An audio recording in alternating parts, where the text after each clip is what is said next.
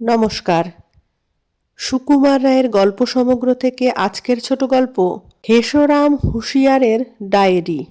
Professor হুঁশিয়ার আমাদের উপর ভারী রাগ করেছেন। আমরা সন্দেশে সেকালের জীবজন্তু সম্বন্ধে নানা কথা ছাপিয়েছি, কিন্তু কোথাও তার অদ্ভুত শিকার কাহিনীর কোনো উল্লেখ করিনি। সত্যি, এ আমাদের ভারী অন্যায়।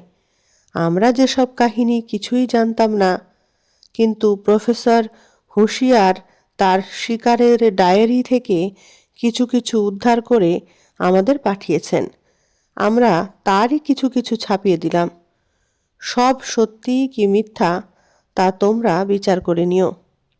26শে জুন 1922, কারাকোরাম, বন্দাকুশ পাহাড়ের 10 মাইল উত্তর।